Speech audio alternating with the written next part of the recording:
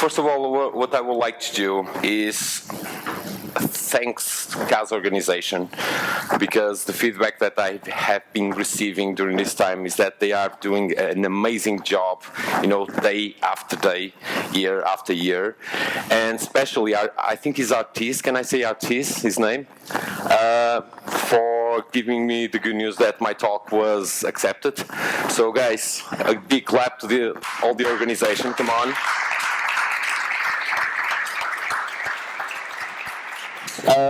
Second thing is I will talk a little about me. I'm the Global Agile Coach for Betfair and Bleep. And Betfair is one of the largest betting companies, and Bleep is one of the tech departments from Betfair. We are around 230 developers there. And basically what we do is we take a look and keep developing new products for Betfair. And by the way, we are hiring, so if someone wants to apply for the job, you can grab me or grab this gentleman in front of the row. Also, I'm a blogger, and I'm one of the co-founders from Lean Coffee Portugal. And what I would like to share with you is that I'm really happy because during this time, I worked with Agile and Scrum and Kanban since 2004. And during this time, I have an amazing opportunity to work with different teams from different countries, cultures, and it's really rich when you are working with people and how can I say, you help them to achieve the objective, the team objective, that is, achieve high performance, delivering products with great quality and high performance. I think it's everything about me. Oh, by the way, Bleep is located in Porto, in this amazing city. I don't know if you have the chance to visit or not, but it's really beautiful. So you can go there and make us a visit. And another thing that you need to know about me is that I really try, every training, every year after year, try to do some good slides, but guys, I'm really a bad designer, so please don't complain about my slides all the time. I know that they are really bad, but we are not here to talk about design, we are here to talk about Agile. And one of the things that is really easy to me, or I think for everyone, is when we are talking about Agile implementation, Scrum, Kanban, normally we focus a lot on the development teams. We focus a lot on trying to understand what we need to make them, do the transition to Agile, what is their difficulties, the anti-patterns that are being created and all the stuff. And the focus is always around that. And I know that this talk is a really hot topic, but during the time I was focusing on the stakeholders and the product owners. I know that product owners is part of the team, but normally when we are trying to implement, do the transition to Agile, we have a lot of resistance from the stakeholders' point of view. And this can generate some, how can I call it, points crossing over to the Twilight Zone from that perspective. Also because when we are talking about managers, leadership and product owners, normally we have the tendency to, talk about the bad ones. And we need to understand that why they are acting like that. What is the reason behind? What is their concern? I had one experience that I was talking with a manager, and basically he was, talking with me, yes, I believe in Agile and a lot of stuff, but in reality you can feel that there is some concern there, like crossing over to the Twilight Zone. And for example, I think stakeholders, everyone understands what is a stakeholder. Product owner, I think everyone can access this. We have an amazing tool called Google. We can go there, Scrum Guide, Product Owner, and all the stuff, and we can see what are the attitudes that are necessary for a good product owner, what a good product owner should act, what is their role, and all the stuff. But again, what can make the stakeholders crossing over to the Twilight Zone every time we talk in Agile, and what can make the product owner also cross the Twilight Zone every time that we talk in Agile. And we need to keep another thing in mind, that some of the times the product owners, they enter the Twilight Zone due to the stakeholders' pressure. They are trying to do a good job, but business and all the stuff they don't understand, so they keep pushing product owner to try to cross also with them to the Twilight Zone. And one of the points that I would like to highlight is self-organizing teams. Let's say like this, we are a company, we are a business, and we are so used to, assign tasks to the teams, ask them what they are doing, how much time they are passing, and all the stuff. So how many of you do you think that having self-organizing teams where we just can, talk with them, deliver the work, and they will organize themselves and deliver the work in the end without the need of assigning tasks and all the stuff can be a point to the Twilight Zone? How many of you do you think that this could be one of the points? Just one? Oh, nice. Another point that I think that could be crossing over to the Twilight Zone is that, and I saw this by past experience, we have people that they have ideas, they have business and all the stuff, and what happened is that, should I trust the team? I have my business priorities, I know what I need to build, but should I trust the team blindly so they can give me their feedback and telling me, okay, from a technical perspective, the priority should not be this one because we can achieve a better product if we go this path, or we can improve the product with this idea. Also, prioritizing tech dependencies, do you think that this could be also a point that could make them cross the Twilight Zone? Guys? Then we have another one. That is tried to measure.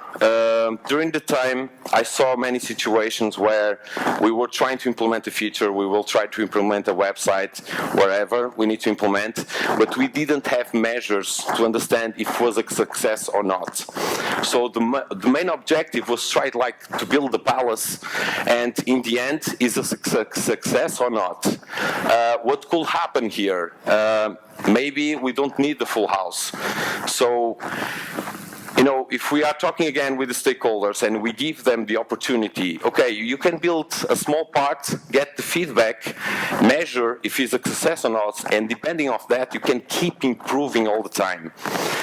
Many stakeholders don't understand this. It's like, no, I need the product, basically. So I think, again, it's a Twilight Zone because if we give this chance, they will, step back and saying, but this is not my full product. So what is happening? I need the full product. How many of you experience these situations? It's improving.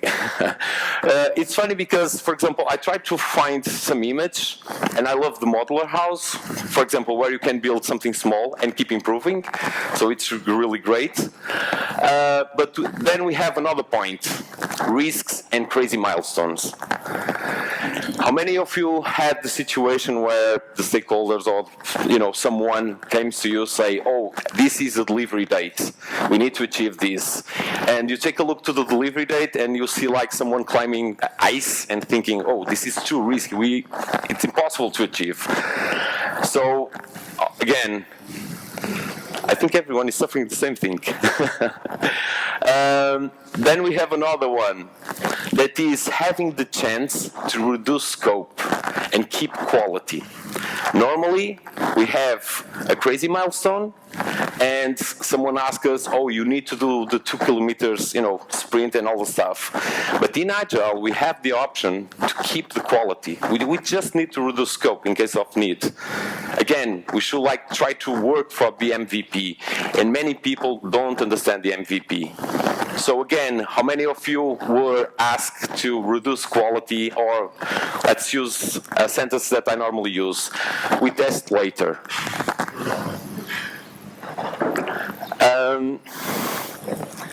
This one I like. Transparency, communication, collaboration. Another point.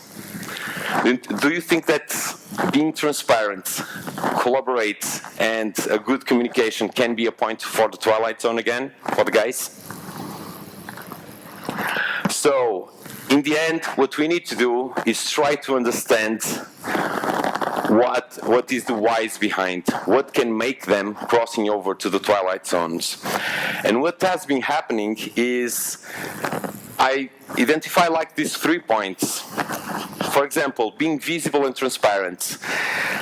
Let's say like this, if we are transparent, we are opening doors for critics, blames, and politics. You know, because people see what is happening, people can give feedback, and this can create anti-patterns. You know, another one, being adaptable.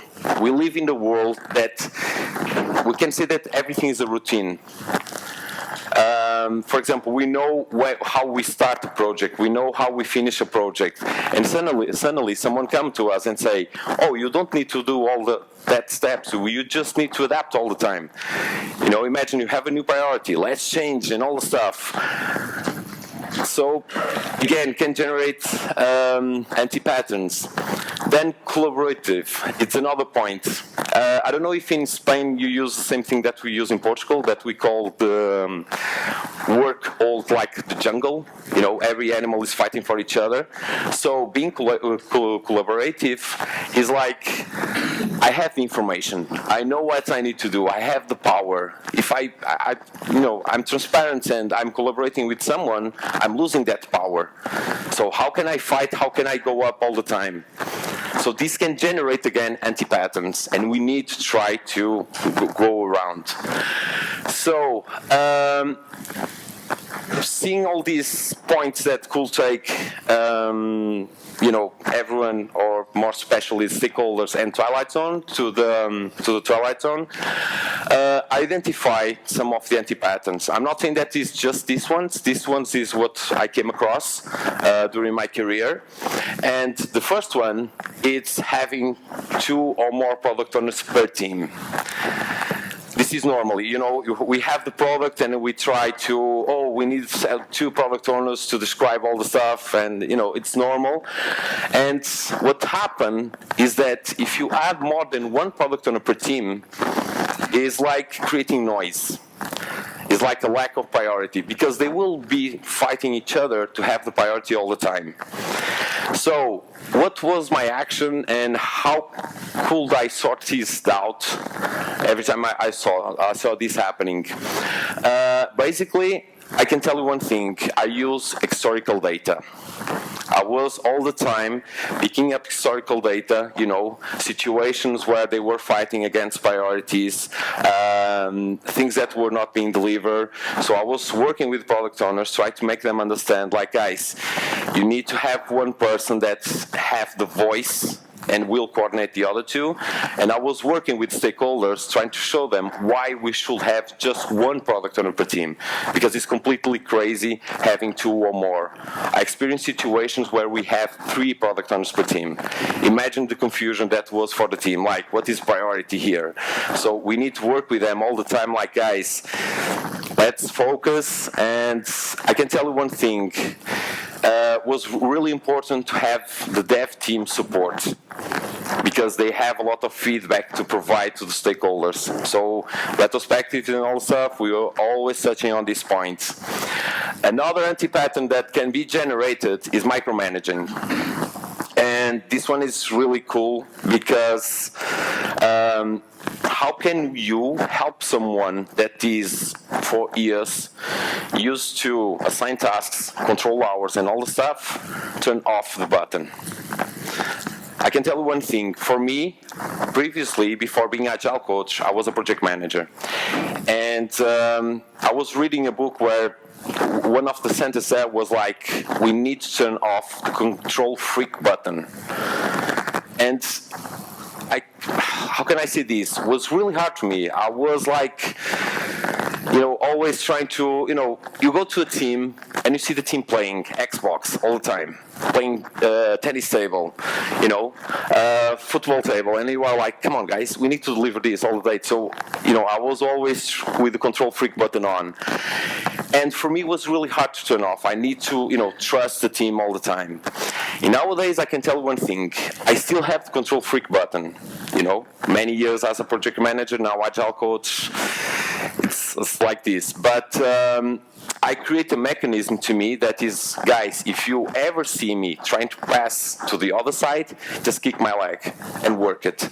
So I understand the concerns when we are talking with the stakeholders and product owners. They have the tendency because, they are used to work like that. So again, like Richard Davies was saying, we need to put ourselves on their shoes. What is their concerns? And try to help them, coaching, talk. But in the end, like what happened with me, it's my brain. It's not going there and turn off and on the button. It doesn't work like that. It needs to be the person itself doing that. The person needs to realize and say, okay, it's time to me to turn off the button.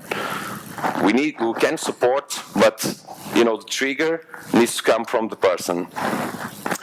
Then we have another anti-pattern that can be generated, for all the points for crossing over Twilight Zones. Daily stand-ups being transformed in status reporting meetings. How many of you suffer from this point?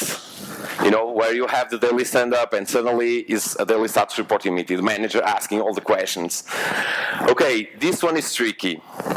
How can you talk with the product owner and imagine if you have a stakeholder on the daily stand-up and try to make them, man, you need to stop. This is for the team, from the team to the team. Yes, you can coach. Yes, you can talk. I can tell you what I did.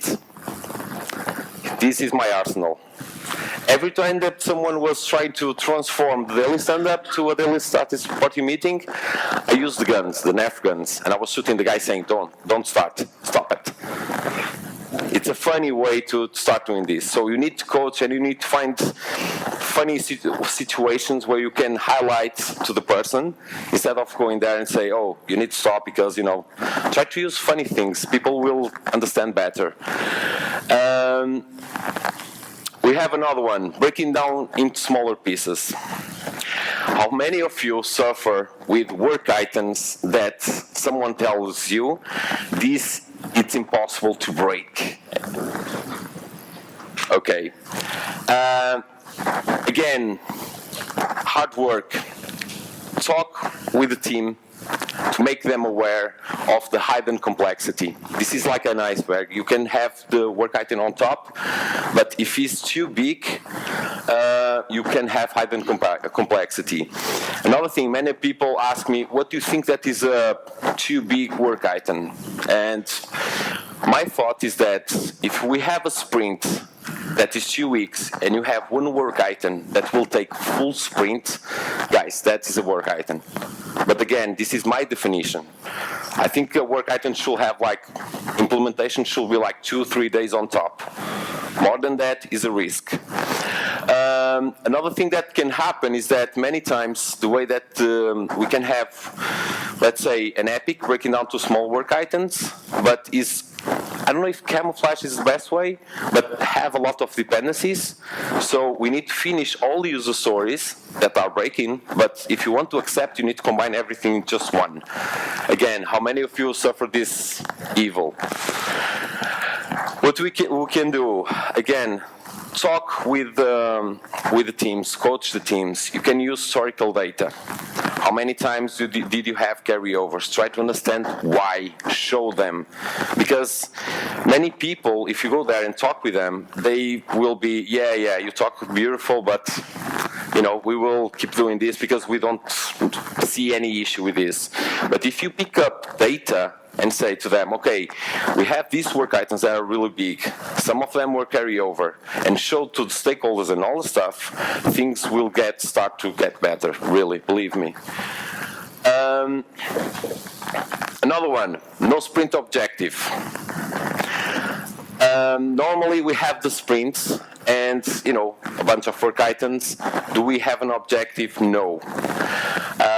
Why we don't have an objective? We can have a camouflage of priorities or continuously change of priorities even inside the sprint.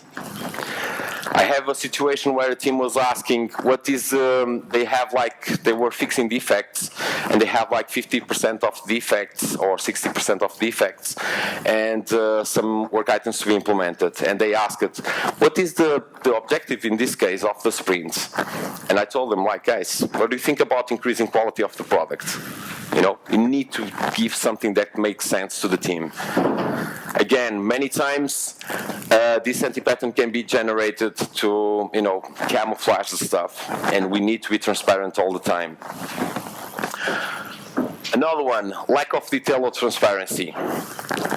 Past experience, having transparency, crossing over to the Twilight Zone, should we have transparency or not? Some of the examples are work items that are not well defined. I have situations where let's say like this, the product owner, he was writing the user story, he was discussing with the team, and it was, how can I say this, he just put the title, and then the team will suffer, questions all the time, how can I implement this or not? And what was happening is that all the time the team needs to talk with him, but he was not able to, describe all the stuff and put all the acceptance criteria there. And if you have a user story like that, you are open to last-minute decisions. So how I sorted out this, I was talking with the team all the time, like, guys, you need to have a good definition of ready. You need to understand what you can push back or not. Because if you have a user story that is just a title or just a description, what will happen is that during the sprint, the stakeholder product owner can come there and say, oh, I didn't ask for this, change it. And you will have to change because you don't have nothing to, to test and show the quality of the stuff. Another point, powerless. Product owners that they don't have the power to prioritize the backlog because we have the stakeholders that they want to keep the control, the micromanaging again. And this can cause situations where you have a delay on the clarifications, requirements clarifications, because they are not empowered to prioritize all the stuff. How many of you have product owners that they are more or less, or let's say sincerely, they don't have the power to review the backlog and prioritize all the stuff? So again, how can we do this? Basically, I was talking with the guys, and we coached. We coached the stakeholders, and I asked for the support of the product owners to try to show the real case scenarios, how much time things will take to clarify, situations. And I was working in a project that the product owner on Portugal side, he didn't have the empowerment. So every time we need a clarification, will take 2 days. Send email, time zone is completely different, receive email, and this was delaying the project. So we just pick up historical data and we were coaching the guys and try to show them, okay, see what is happening all the time. So we need to give empowerment to the product owner. You need to help the product owner to grow so we can, get the answers on time all the time. Another one, written in stone. A new anti-pattern, and this is related with the risky and crazy milestones. The team provides a high-level estimation. Suddenly, that is the date, that is the milestone. How many of you suffer this? We need to work with stakeholders and try to make them aware. One thing is high-level estimations. Don't write that in stone, because as soon you have more details, you know what can happen with the date. Also, we are agile. We should not fix a date. It's crazy. There are exceptions that we need. For example, if we have marketing, TV campaigns, whatever. But in that case, they need to work what is on the MVP and cut scope. I experienced situations where the teams, they have just a small description, and the guys were like, 3 sprints. And suddenly, the work started to, all the details appearing and all the stuff, and the team was estimating the user stories, and they got to an agreement. Okay, guys, it's not 3 sprints, like 6 sprints, because we're not considering this detail. We didn't knew about this, and someone said, no, you said 3 sprints, written in stone. So guys, we need to stop this. Again, you have historical data. Again, you can pick up and say, pick up the dates, show them, like, guys, can you see, this was what was established on previous projects. You've written this date in stone. We didn't achieve the date. So work with them all the time. For example, 2 months ago, I was around Betfair office, and we were sharing the new exhibition principles, making everyone aware. Again, like a highlight, because normally we have people entering, new people leaving, so it's like a reset and keep the same message over and over. We have 3 levels of estimations. We have one that is high level, for the business case, finger in the air, and accordingly with the details, we can give a proper estimation. But again, not written in stone. Another point, too busy for the team. Stakeholders want to know everything all the time, ask everything all the time. Can you give me this, status this, all the stuff? What happened with the product owner is he ends spending more time in meeting than being focused on the team. Again, who suffered this?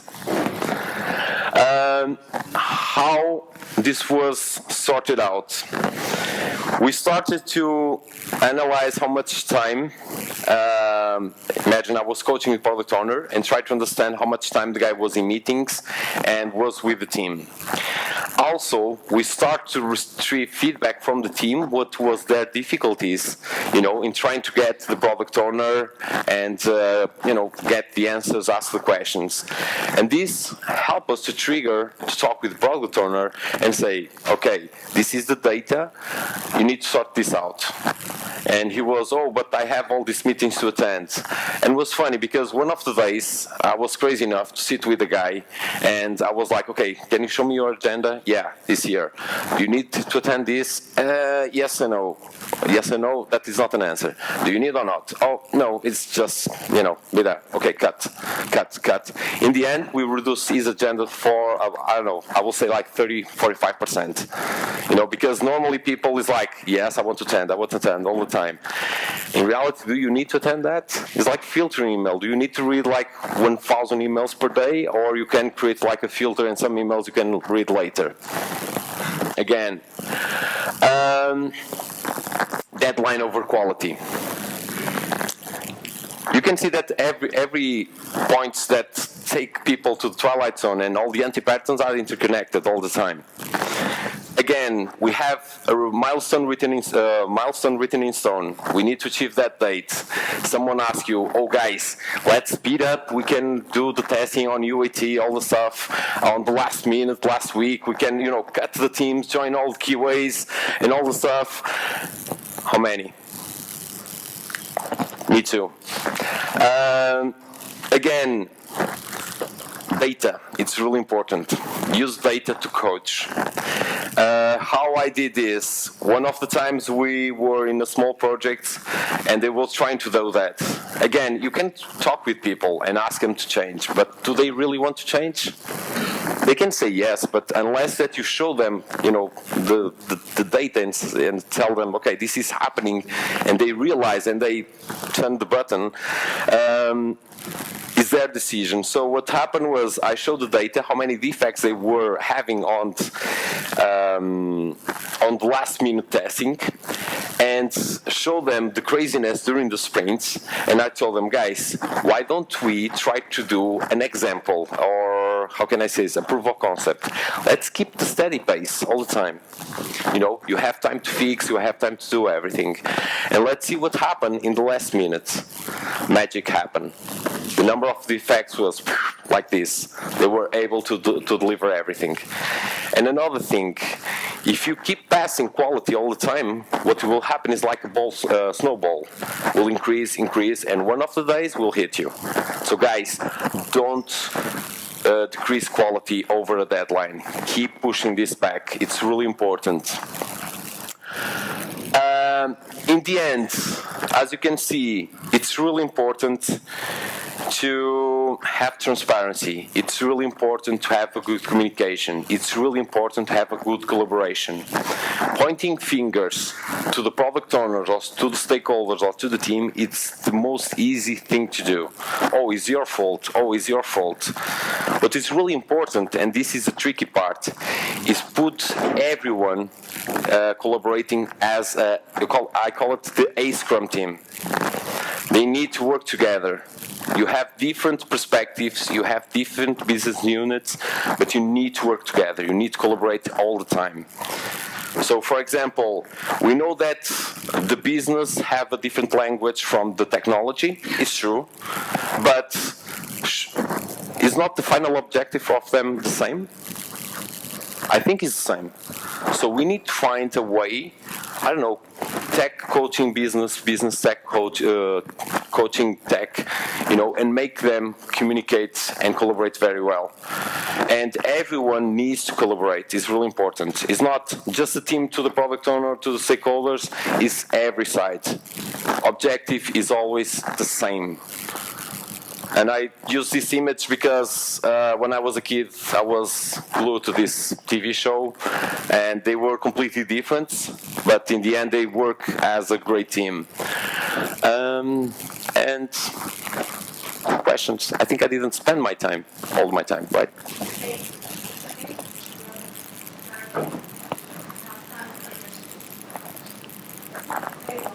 Yep.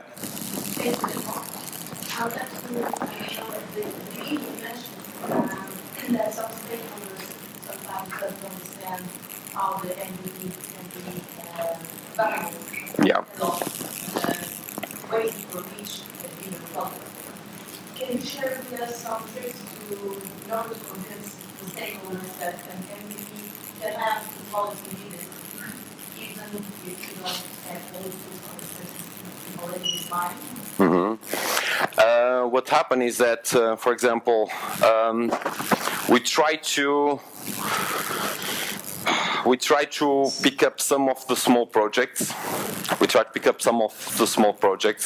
And we use as a proof of concept. Again, if you try to talk with stakeholders and say, "Oh, this can happen," they will, be reluctant. So what we did, we pick up some of the features and we implement just a small functionalities. But without them knowing? No, with him knowing. And we need to get them on board.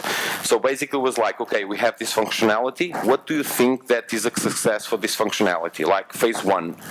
And the guy said, okay, I will say that the success for this, like getting more 1K users. So we implement that. And what happened is that after implementing that, we just opened to a bucket of users where they were able to test and give feedback. And in small iterations, we could achieve, a great product. And we just pick up that information and compare with the other ones that were supposed, or they were not being tested. And people was like, oh, okay, we can receive feedback faster here and we can adapt all the time. So we just pick up some small projects, because we cannot go there and say, okay, let's pick up this big one, do like a big bang change. And things started to work. They started to see how useful was to do that. Make sense? Yeah, the idea is that sometimes people have like the perception that the full experience is what's already in his mind. So for him to use that sort of experience implies all the products. And even if you try to sometimes to show that in the real vital product you can already have feedback, it's not that easy with adding feedback shortly, because actually sometimes we have problem with competitors. If you show part of your users a new feature, there are many times the competitors to come to you and to do something even better, because at the end we already see the person on the line. So sometimes we struggle with that kind of concern. But again, if if your company is developing in Agile, that this means that you can be fast to delivering to the market. So as soon as you receive feedback, you are updating all the time, meaning that your competitors will be, this is my head again, one step back all the time, because they can try to copy the feature, but while they are copying the feature, you already receive feedback and you are already, always on one step forward. Yep. So you say that you were our project manager? Agile coach. Yeah, do you see, in any case, the need of having a figure as a project manager, very relation with stakeholder communication?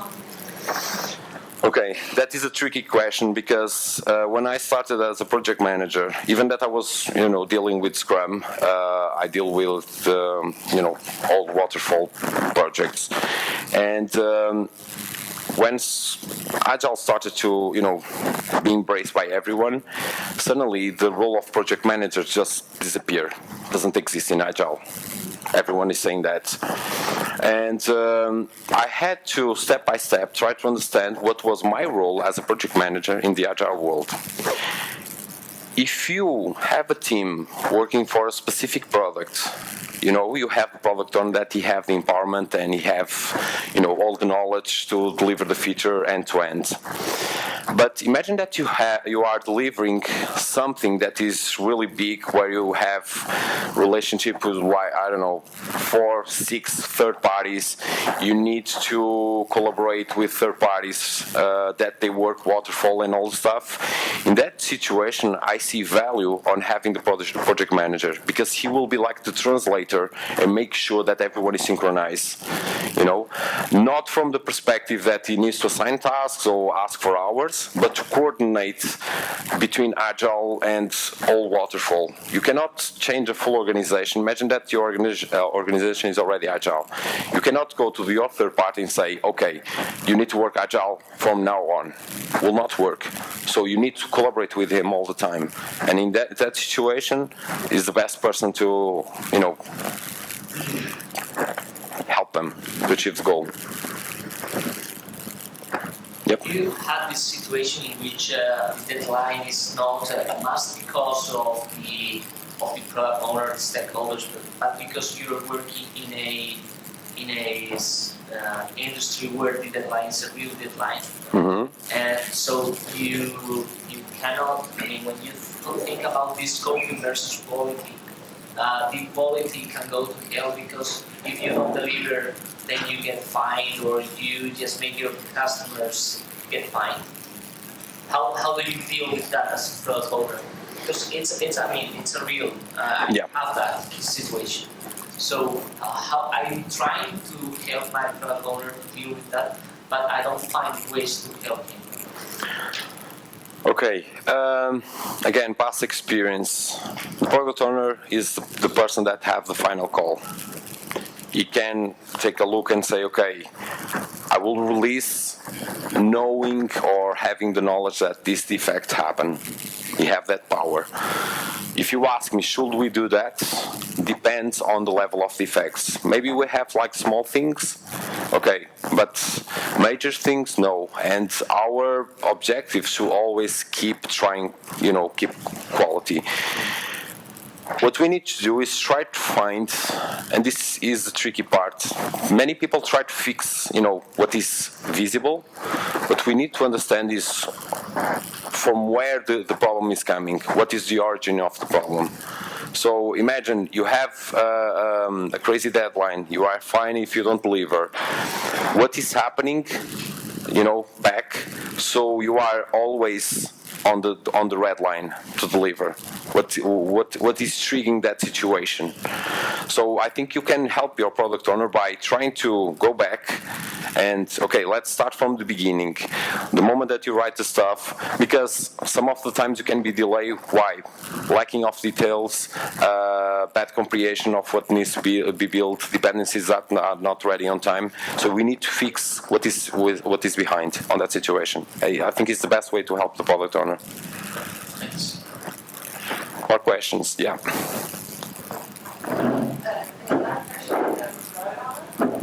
And sorry, a lot of pressure off? On the private owner, Yeah. there's also pressure from the stakeholder and from the team, of course. So in the end, there's a high probability that they're going to be grumpy all the time. Like you were saying, the switch off. But in my case, I'm a first-line product owner with background in development, so I kind of know both sides and I understand both sides. But sometimes there's nothing you can do. You cannot hurry people, you cannot hurry time, Sure. You can just stay there looking at the work. So how do you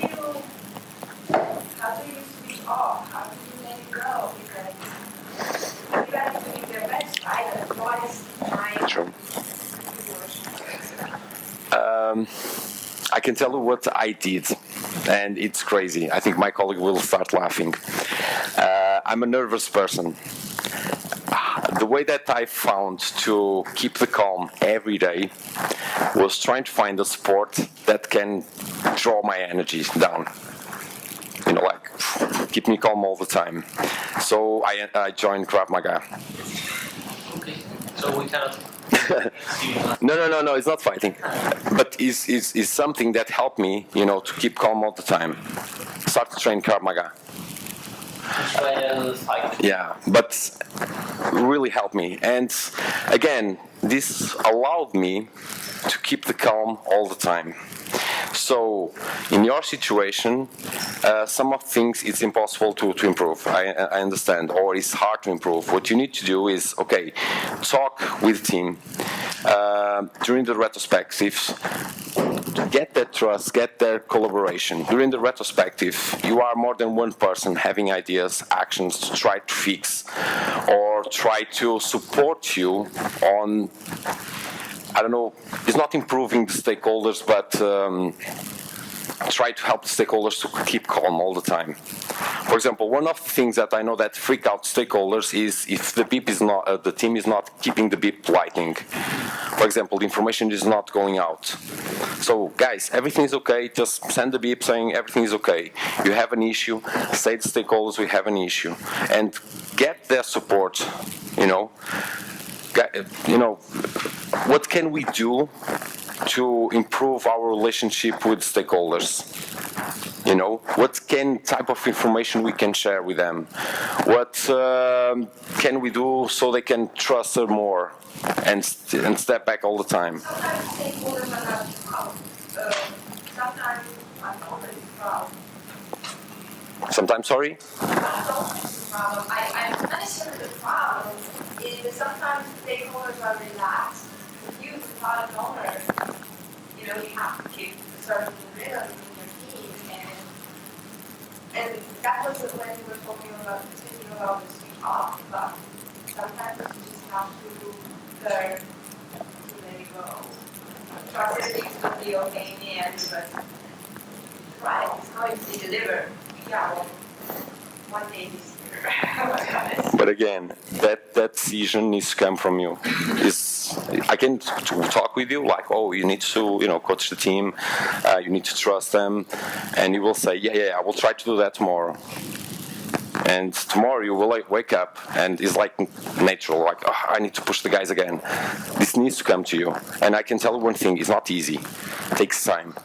So what I did was every day, when I put the foot inside the company, I was like, I will not push people. I will not push people. I will, like a tape all the time. Repeat. And I talk with the team, basically. I ask them for their support. Guys, if you see me trying to push you, please highlight.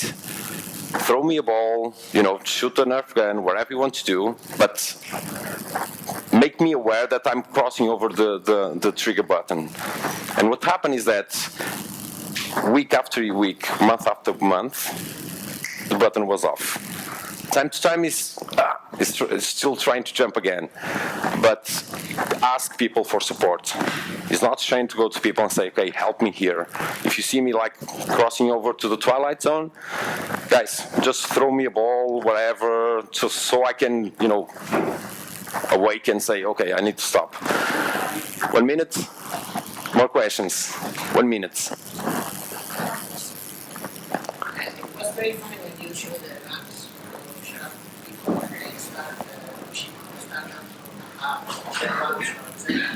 what happened if you have teams which are not in the same location? So you have to do startup by wallets or by code or something like this. So how you can manage this? You can mention someone that is another country or True. Let's say like this. Do you know anyone else on the company on the other side that will help you? they are the product owners, so I cannot. I just product owners. Yeah, less. So how can I do that as Scrum Master to say something to the product owner? Try regular catch-ups with them, where you don't talk about priorities, you don't talk about backlog, just catch up. How is the weather? How is, try to get that trust. Do you think it's a good idea to work with the product owner and the staff? If he's an observer, yes. If he's an observer, yes. Because imagine that the team have a question on that moment, over time, a question on that moment. They can ask on that moment. But you need to make them aware, guys, you are just as an observer. Please don't interfere with the retrospect. It's from the team to the team. Okay? Guys, sorry, I'm over time, so many thanks.